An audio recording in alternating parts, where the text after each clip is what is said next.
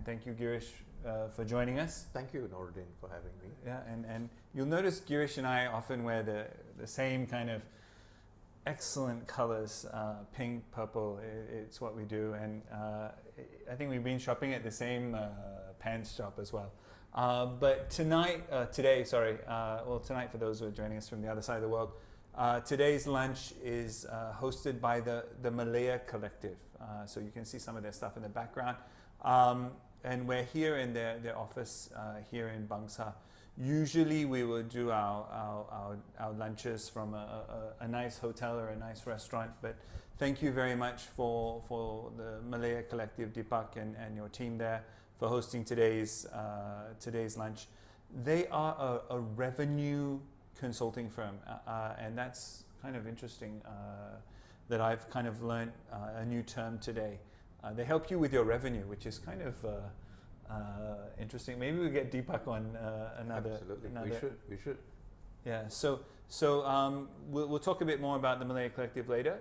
Girish is here to talk about some big picture stuff. We're here to enjoy some good food.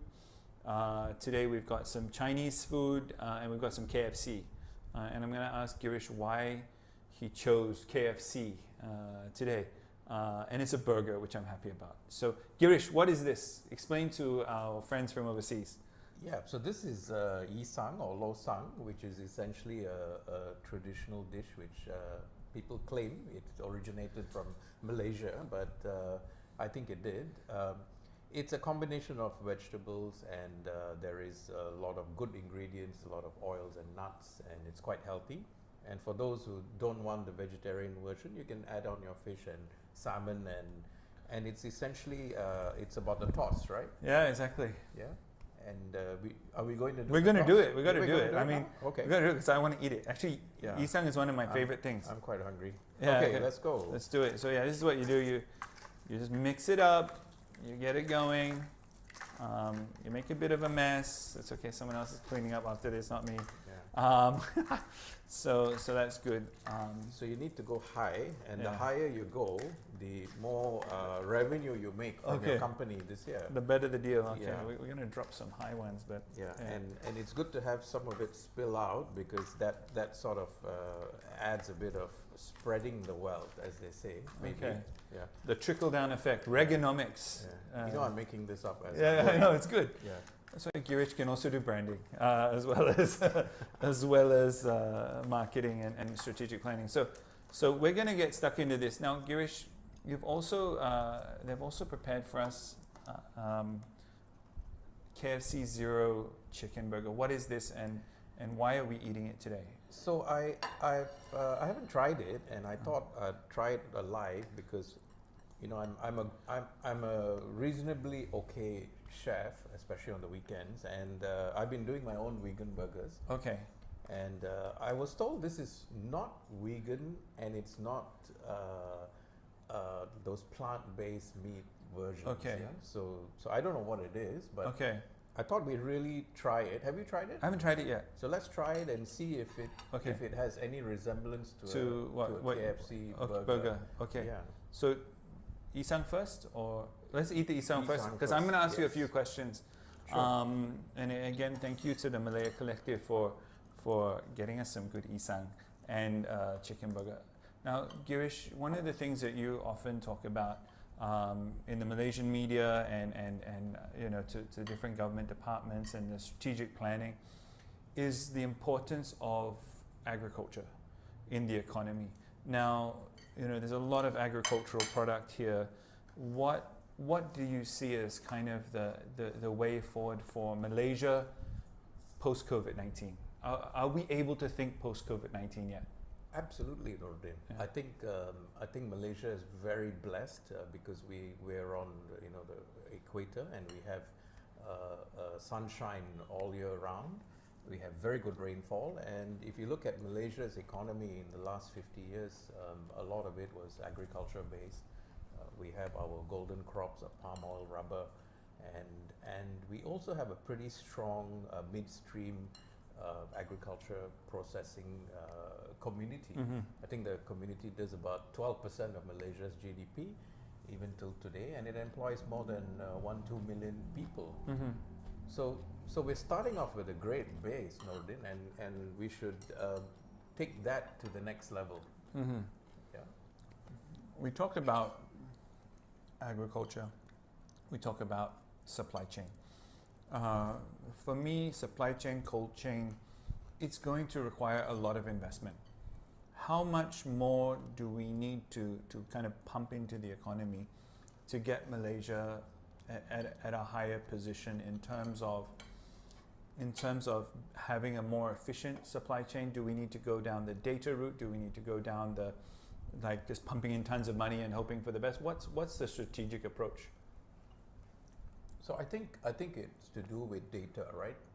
Yeah, and if we can collect data, if we can organize it, if we can analyze it better, and put it out there into platforms, we would be able to propel our economy from traditional to the digital economy. And agriculture is interesting because, you know, I think less than 10% of global private equity money is spent in Asia on agri-tech. Yeah, 90% is actually still in the West. So I think we're sort of on a pivot here where I would think a lot of the private equity houses are starting to look at Asia in a bigger way. And this is an opportunity, because it was very difficult to get capital in the space over the last 20, 30 years. But investors are starting to look at it. And we're starting to see some very interesting players getting into the space. Petronas, for example. Digital agriculture, agri-tech. Absolutely. So farm tech is something that we've got a venture on, and it's really about impacting lives with technology. We hear about it. But how do we impact a person's income using technology? And there's so many case studies out there. Technology is available. Technology is also available in commercialized forms. So that's what's changed. So you're not investing in a dream, as it were. You're investing in mature tech. Yeah, and tech has evolved, you know, Nordin. I think that's the part which is very interesting, because what it used to take somebody to develop maybe 5 years, it can be done in 3 weeks. Yeah, because of different APIs and how technology partnerships work. So that's interesting. You see certain parts of Malaysia. I mean, for me, I love traveling to Sabah. I love traveling to Sarawak. These are like massive areas. You know, I mean, how can we take technology there? How can we get investors there? And is that side of the country the new frontier for investment, or is there also opportunities for like urban agriculture and this kind of stuff? So I think we have to look at Malaysia as a whole. Yeah, and we have East and West, and every state actually has its own sort of unique ingredients. So we have to look together and work together on this, because it's very important to have a complementary strategy.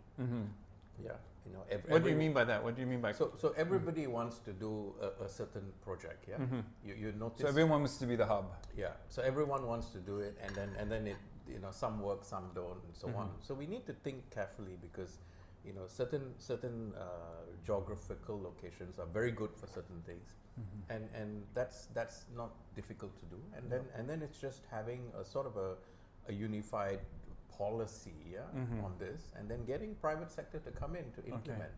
It's being done. It's not something that's new that we want to go out and, you know, build a rocket ship to the moon or something. And it's really about engaging the younger generation.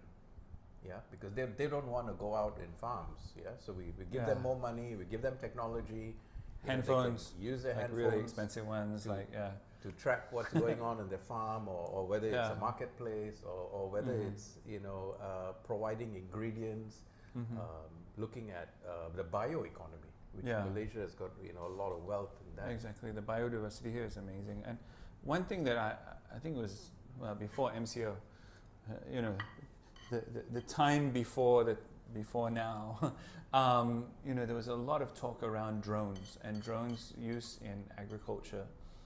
and using drones to gather the data that then gets plugged into the GIS, the Geographic Information Systems, that help people come up with this data that helps you manage. What kind of is the appetite for that in Malaysia? So I think drones are one of the things that the World Economic Forum on the Fourth Industrial Revolution, they've actually identified drones for Malaysia, and I believe MDEC and MOSTI and all are working on this. We have a few companies, Aerodyne, as you would have heard. I think they're already global. And they're doing pretty well, and they're moving into different areas in oil and gas and so on. In agriculture, the most important thing is viability of technology. Okay. Yeah, because the adoption is not as easy as some other industries. Yeah. And when you have a planter who's been doing it for 35 years, you want to come and tell him how to change his business. Exactly. You use this drone to fly your seeds. Yeah. It's like, So our experience is it works for certain type of applications. Yeah. Okay. So spraying, for example, fertilizer application comes back to economics. Yeah. Yeah. If it's a very expensive part of your business to apply fertilizer and you want to use it through drones, it may make sense. But what are you trying to achieve here? Yeah, what's your objective? Is it labor shortage or is it precision agriculture? And that's the part which people don't spend enough time on, the business case. Yeah, and one thing that we've seen during this whole COVID-19 crisis, pandemic, is the questions around labor, and really the questions around foreign labor. And low value labor in general. To make low value labor viable, a lot of companies don't spend on housing properly. A lot of companies don't spend on taking care of that whole thing. Is there a case study now to say, look, if it's actually more viable to get Malaysians to do this job with the right technology and the right skill set, can we move in that direction in the next 12, 18 months? Yep, I think we don't have a choice, Nordin. Yeah. We in the agriculture sector, a good 30-40% is actually dependent on the 4D jobs. Yeah. Yeah. The 4D jobs, and this is essentially the social issues we've read about it, but it's also about economics. Okay. These 4D jobs are technically very cheap. Yeah. Cheap labor. Yeah, so we need to move out of that mindset, because as long as we have cheap labor, we will never move. So it comes back to not just looking at technologies, but also how business models need to change. And we need to change the way we are even running certain segments of our business. So can it be resilient? Are you resilient if you're relying on cheap labor, 4D labor, or should you disrupt yourself and say, look, within 6 months, within 12 months? I know it's like, I'm asking you all the difficult questions because you have all the good answers. I can answer this question now. Yeah. You know why? Why? Because we had COVID-19. Yeah. So we've been talking about technology for the last 5 years, and convincing clients to go into digitalization and so on. And in the last 6 months, we've just been so busy doing stuff with technology and digitalization, because they're coming to us and saying, yeah, you told us about this, come, let's move. Yeah, what was that smart guy? What was his name? Girish. Let's go give him a call, quick. And I think that's kind of the exciting part of COVID-19. It's kind of that forced reality that if you thought you weren't getting it right, and then you were hit by COVID-19 in a hard way, the answer is yes, you were not getting it right because you weren't resilient enough, because you weren't adopting the technology, you didn't have the policies in place. And I think it's a wonderful opportunity. Although, of course, people are out there suffering, and they are hit hard by this economic change. Now, to change the topic... Pause there. Yeah, okay. So let me take something that you said. People are suffering. Yeah. Now that's a different equation, yeah? At an unemployment rate of 3 to 4%, and then it grows up, and you have 500,000 people out of a job. Yeah. And these are smart people who are flying planes and doing things. Now how do we find them jobs using technology to slowly, not immediately, replace these 4D jobs with higher skill jobs. Okay. So that's the strategy. Okay. And all the ingredients are available, just like our burger here, which we haven't eaten. Yeah, I know. I've been looking at this burger. Okay, let's talk about this burger. Now, it's zero chicken burger. Now, why would KFC do this? I mean, what was their thinking? I mean, so there is a big thing going around meat. Yeah? Okay. And this angle, people don't know. Okay. Meat actually produces a lot of anti-climate change aspects. Yeah. Okay. CO2 emissions from methane, and to produce a kilogram of meat, the amount of water you need, especially in beef, is very, very, very high. And also the land utilization to make that piece of chicken burger is not sustainable. Okay. So I think everyone's looking at this, and the problem is you can never get the taste of meat, right? Okay. And I didn't know about the also, try. and also the protein side of it, the ingredients, the nutrients. So we've got a meatless burger, but what is in it? Yeah. I don't know. That's the part which is very important. Yeah. So that will be the. So before I find out, I'm gonna take a bite. Okay, you also. You go first. Yeah. Then we'll see your It's reaction. like two corporate guys sitting around having KFC. Yeah. You know, actually, we're talking about supply chains. We're talking about how businesses disrupt themselves, and what are some of the changes that the new norm, the new economic realities that we're dealing with mean. So I'm going to try this burger as Girish unwraps his. We've had Isang, and of course for everyone enjoying Chinese New Year, Kong Si Fai Chai, and Sek Fan.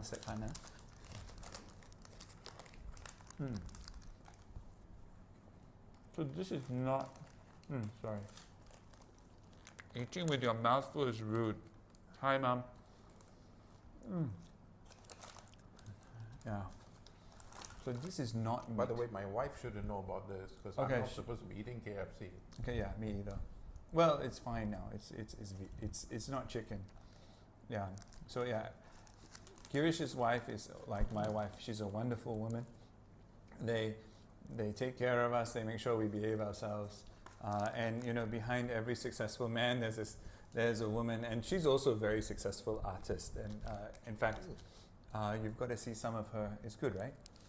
You've got to see some of her art. Another person we need to interview, actually. Good stuff. It's not. Are you sure? I mean, we're not paid in any way, shape, or form, and Girish just wants to get his hands on some KFC today without his wife knowing. Of course, don't send her this video, the thousands of people watching. But this is not chicken. I'm not a big chicken burger fan. Yeah. But I think it's a good attempt. I wouldn't say it's a great attempt. I think it's a good attempt. I don't think there's any nutrition in it. I may be sued by KFC, but I don't know. We need to find out what's in it.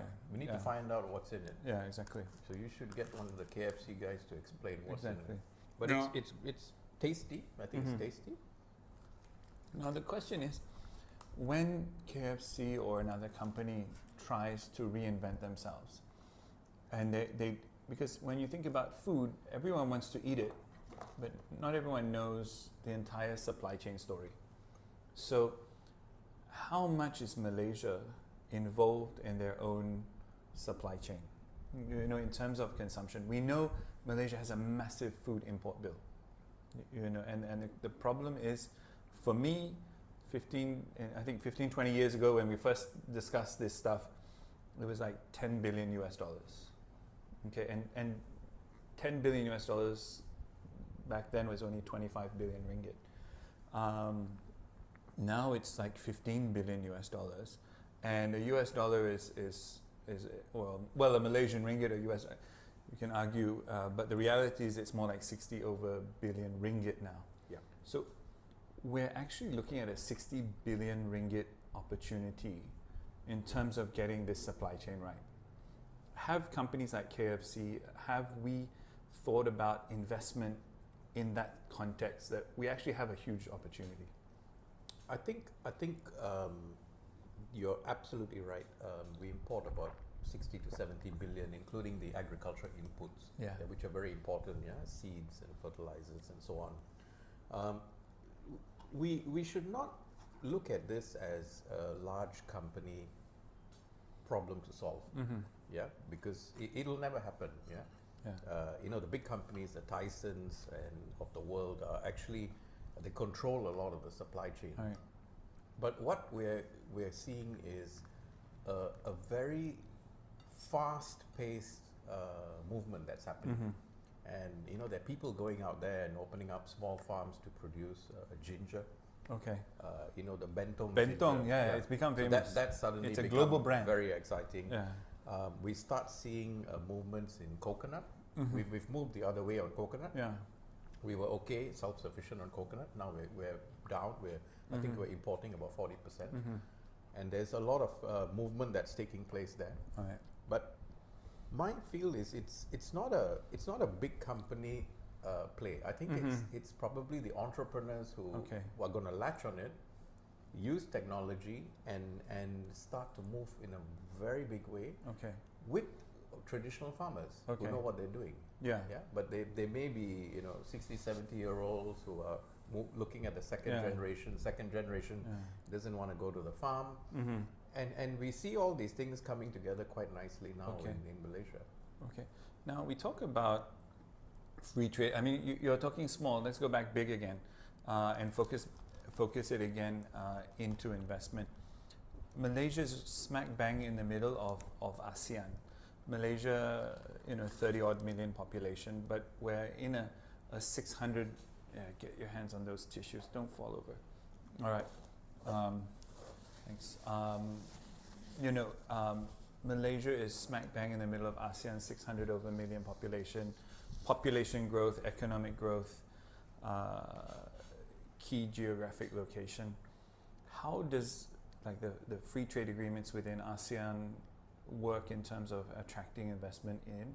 And what should these kind of entrepreneurs out there saying, well, maybe we should look at agriculture. How do they move? What do they do?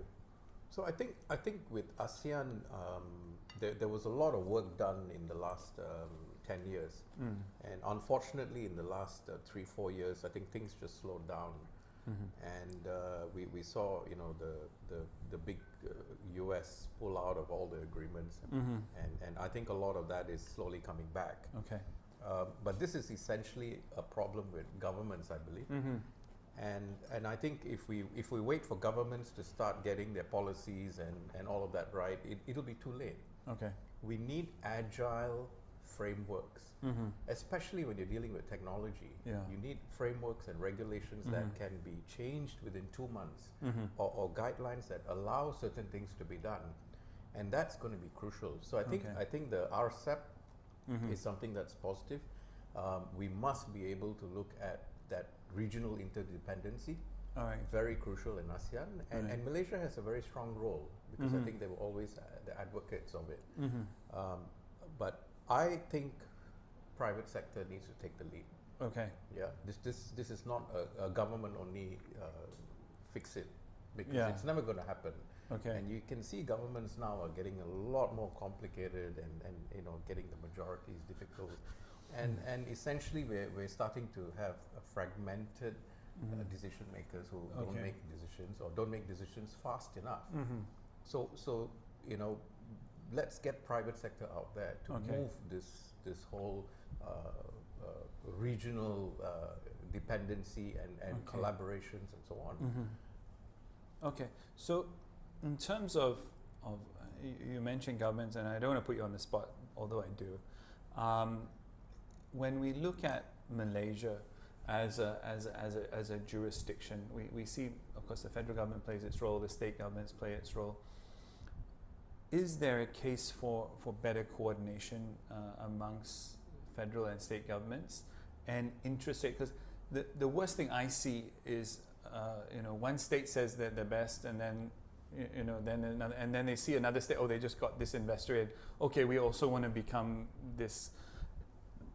how do we create a framework that's agile enough to say, look, guys, you're good at coconuts, someone else do this, and so that we don't waste the investment, and when investors do come, and they will come, I mean, they will return, that they're not given this kind of negative sales pitch. You know, there needs to be a positive sales pitch. What do you think? What do you think should happen there?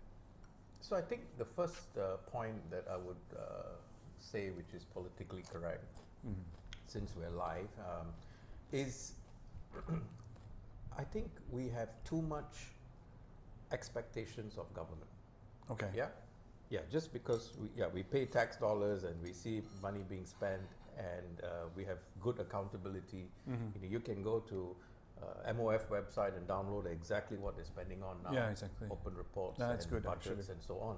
But we have too much expectations, and Right. we think the government needs to fix everything, including our broken toilet in downstairs, you know, exactly. things like that. So this is the part that needs to shift. I think if we can break it into three, All right. yeah, policy, program, projects. Okay. Yeah, policy is government. Yeah, they must have the policy, but with advisory from the private sector, especially if it's trade related or so on. Yeah, programs can also be government, but maybe leave it to GLCs or GLICs. You know, programs are things that relate to the rakyat, which doesn't have maybe a physical dimension. You know, things like the Panjana, for example, and so on. But I feel projects, let it be, you know, 80-90% private sector driven, whatever it is. Yeah, exactly. Now, if government starts getting involved in projects, then you're crowding out the private sector and all these things. How do you compete with someone who has Simple more capital? Model, the 3 Ps, and that's how we've been looking at it in all the, you know, the regional studies we've done, policy documents and so on. Okay. But the second part of this is more interesting. Okay. I think we're at a stage where private sector is now this caged tiger. I love this metaphor. Yeah, and you the used it private before. sector is now opening up the cage and going out. Yes. So we're going to see this happen, and I know people are frustrated with COVID and post-COVID, but the moment this thing opens up, I think we're going to fly. Okay. It's good time to prepare now. Yes. It's good time to get the analysis. So when we do move out, we run and we implement. Okay. Yeah, because we've lost time. Nordin. Yes. Malaysia has lost time. So Girish, on that note, you are the master of uncaging tigers, and we look forward to more and more analysis, more and more strategic thinking from you and your team at the 27 Group, who are really driving some of these positive changes. And of course, we would also like to thank our friends at the Malaya Collective for hosting today's lunch. We've enjoyed some excellent isang and tried our hand at the KFC burger as part of our own supply chain experiment. And if anyone knows the contents of these burgers, please let us know. And on that note, Girish, thank you very much for joining us today, and really great insights. Thank you very much, Nordin. I think I enjoyed this. I'd just like to know what the viewers think. Who's the better looking guy here? Is it Nordin or me? It's definitely him. He gets all the girls. You know. Oh wait, your wife's watching. You know. Hide the KFC. Yeah, hide the KFC. You know, Girish, thank you so much again. Thank you. And you know, we look forward to getting you on board the show again, and we'll definitely be contacting you for some of the big stories coming up in 2021. Sure. Thank you, Nordin. Thank you, Girish. Thank you.